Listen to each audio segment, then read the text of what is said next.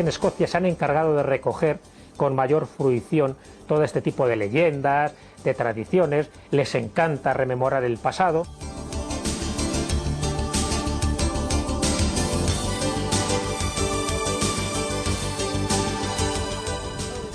¿Qué es eso que hay bajo el agua? ¿Es un monstruo? ¿Es un tubo? Esta más o menos podría ser la idea.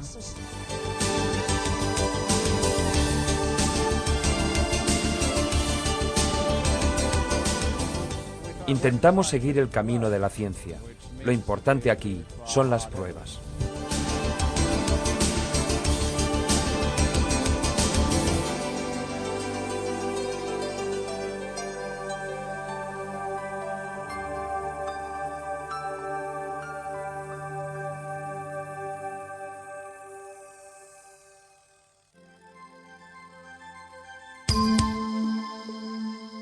Londres es una de las urbes con más encanto del viejo continente. El Támesis libera cada día millones de minúsculas gotas de agua que a lo largo de la noche se transforman en vapor, cubriendo sus rincones de niebla, esa en la que, según la tradición, se esconden asesinos, traficantes de almas y aparecidos.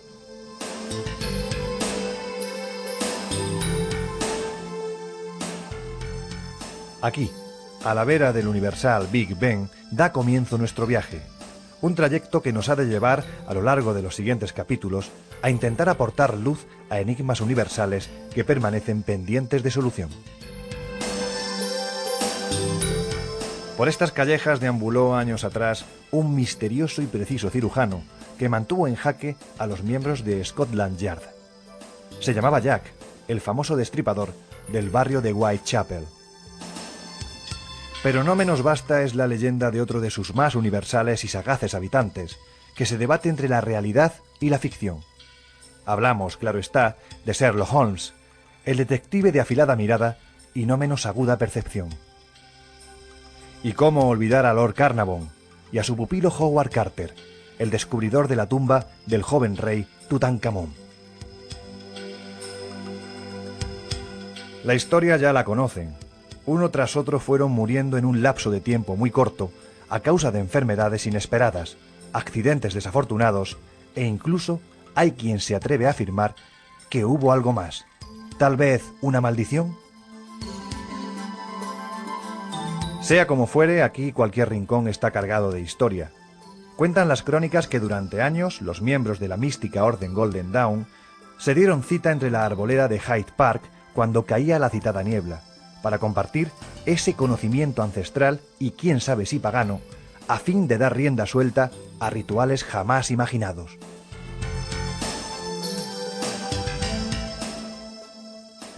Pero antes que ellos ya pisaron estos lares unos caballeros muy especiales, que dejaron su impronta en capillas como esta, la de los Templarios. Pasear en soledad por su octogonal estructura es remontarnos a un tiempo en el que el conocimiento se hallaba cautivo entre los muros de los monasterios, y solo unos pocos tenían acceso al mismo. Aquí las tumbas nos hablan de saberes prohibidos, de monjes guerreros que tuvieron que huir de su Francia natal para evadir el fuego purificador, de una época en la que el hombre supo que por encima de su vida había algo más importante, algo que había que proteger.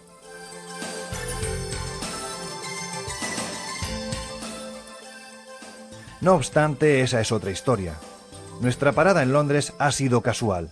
Ya habrá tiempo de regresar. Ahora, la capital de Escocia, Edimburgo, nos aguarda. El castillo vigila desde la cima de esta pequeña cumbre la histórica ciudad. Aseguran los nativos que bajo el mismo hay una red de galerías que recorren las entrañas de la fortaleza y en la que en tiempos habitaron cientos de personas. No en vano, hasta mediados del siglo XIX, bajo esta urbe hubo otra tan poblada o más que la exterior, y que acabó desapareciendo víctima de la peste. Fantasmas, espectros, aparecidos... Las historias que nos hablan de la manifestación de estos seres son muchas, y aunque parezca increíble, forman parte de la vida de los habitantes de Edimburgo. Las historias de fantasmas, aquellos castillos que tienen su ser fantasmal, es muy propio de estos lugares. por dos razones fundamentales.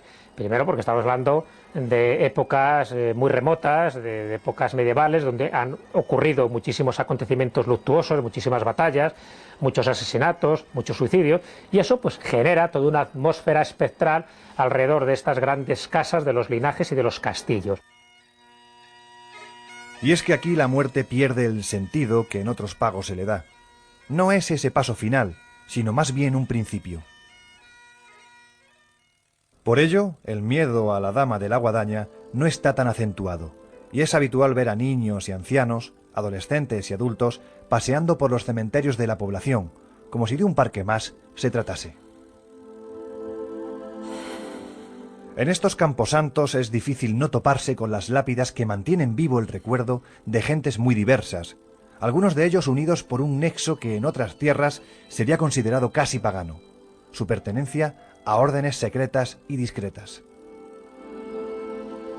Bueno, la masonería juega un papel importantísimo en Escocia y en todos los lugares donde hay logias masónicas, pero en Escocia es uno de esos sitios primordiales donde surge con más fuerza a raíz de la logia de Inglaterra, que se crea en el año 1717, curiosamente un día de San Juan, un solsticio de verano, un 24 de junio, y eso se crea en el año 1717.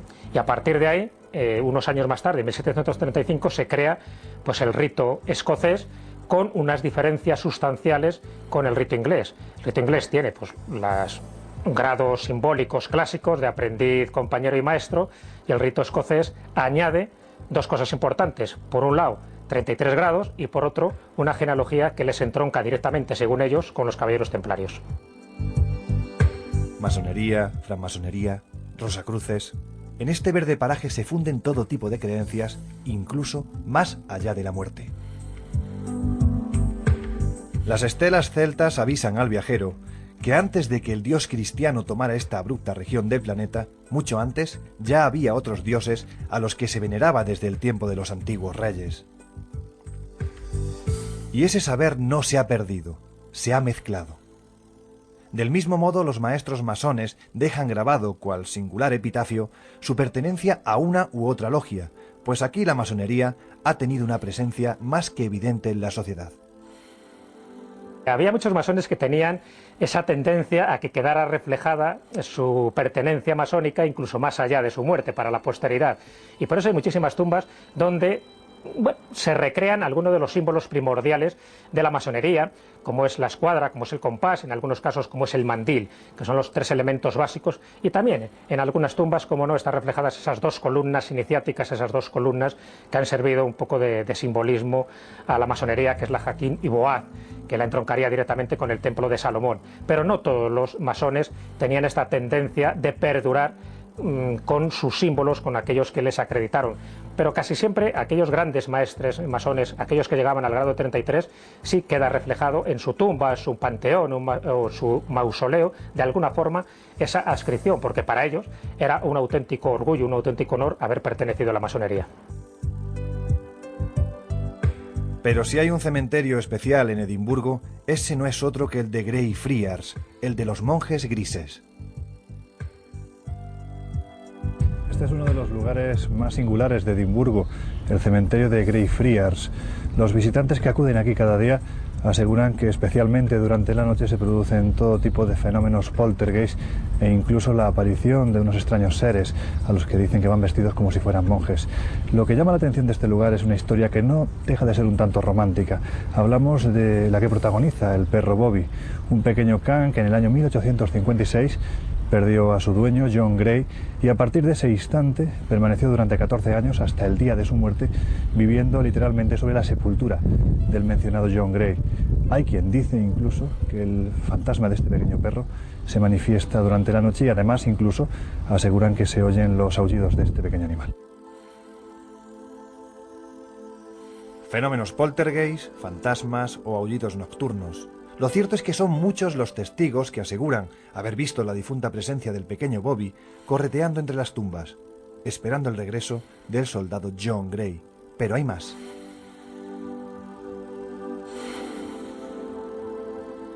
En el año 1679, este lugar fue prisión de los Covenanters, una suerte de rebeldes religiosos que en aquel final del siglo XVII decidieron sublevarse contra el ejército episcopalista. Huelga decir que fue una masacre, y aproximadamente 1200 de estos monjes grises sucumbieron víctimas del hambre y de las penurias a las que fueron sometidos por parte de sus captores. Siglos después, los testigos aseguran que cuando cae la madrugada salen de sus tumbas, asustando a los esporádicos visitantes que se acercan al lugar cuando cae la noche. Y es que no son pocos los que aseguran haber escuchado sus lamentos y sufrido agresiones de los tétricos aparecidos. ¿Parte de una leyenda? Seguimos ruta hacia el norte, haciendo una breve parada en el campo de batalla que cambió el destino de estas gentes. Nos encontramos en Culloden, a pocas millas de Inverness, la gran capital de las Tierras Altas. Mucha, quizás demasiada es la sangre que riega esta verde pradera. Aquí los clanes escoceses jacobitas, partidarios de la legítima casa de los Estuardo, fueron pasados a cuchillo, allá por el lejano año de 1746. Sea como fuere, en este lugar se dio fin a una tradición que venía de antiguo. No en vano por estos pagos fue apresado Sir Charles Radcliffe, gran maestre de la masonería escocesa jacobita, junto a otros hermanos, y posteriormente decapitado en la Torre de Londres el 8 de diciembre de 1746. Hoy tan solo las estelas se levantan, retorcidas sobre la verde hierba, recordando al viajero que aquí, pese a todo, la tradición sigue más viva que nunca.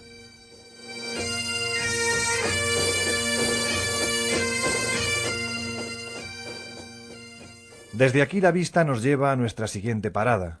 Estamos en Inverness, la gran urbe de las Highlands, flanqueada a un lado por el frío e inhóspito mar del norte y al otro por uno de los lugares más misteriosos de todo el planeta, el legendario Lago Ness. Son casi las 12 de la noche y la claridad es total. En Inverness las cosas son así. La madrugada apenas se prolonga más de 4 horas. Pasear por sus calles es encontrar rincones de gran belleza, anclados en otro tiempo. La ciudad, protegida por la sin par silueta de una pequeña fortaleza, está partida en dos por un río cuyas aguas oscuras bajan rápidas, violentas, procedentes del frío embalse que se encuentra a unas millas en dirección al corazón de las montañas. Hacia allí nos dirigimos.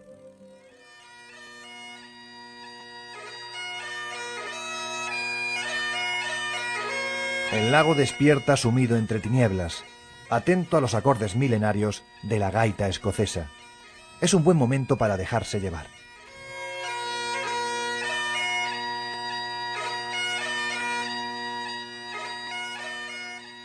El paisaje es evocador.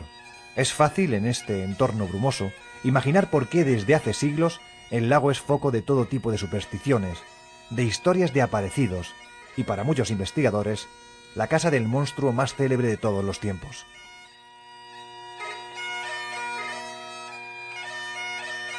La silueta del castillo Urquhart se recorta a lo lejos. Es el punto caliente de todo el lago, el lugar donde más apariciones se han registrado. No cabe duda de que se trata de un enclave muy especial, antaño testigo de 1001 batallas y hoy foco de atención de los miles de viajeros que acuden a esta tierra. A partir de esos instantes, los avistamientos se multiplicaron y hubo quien pretendió explicar el asunto acudiendo a la presencia de un animal anclado en otra era. Desde el siglo VI en adelante, distintas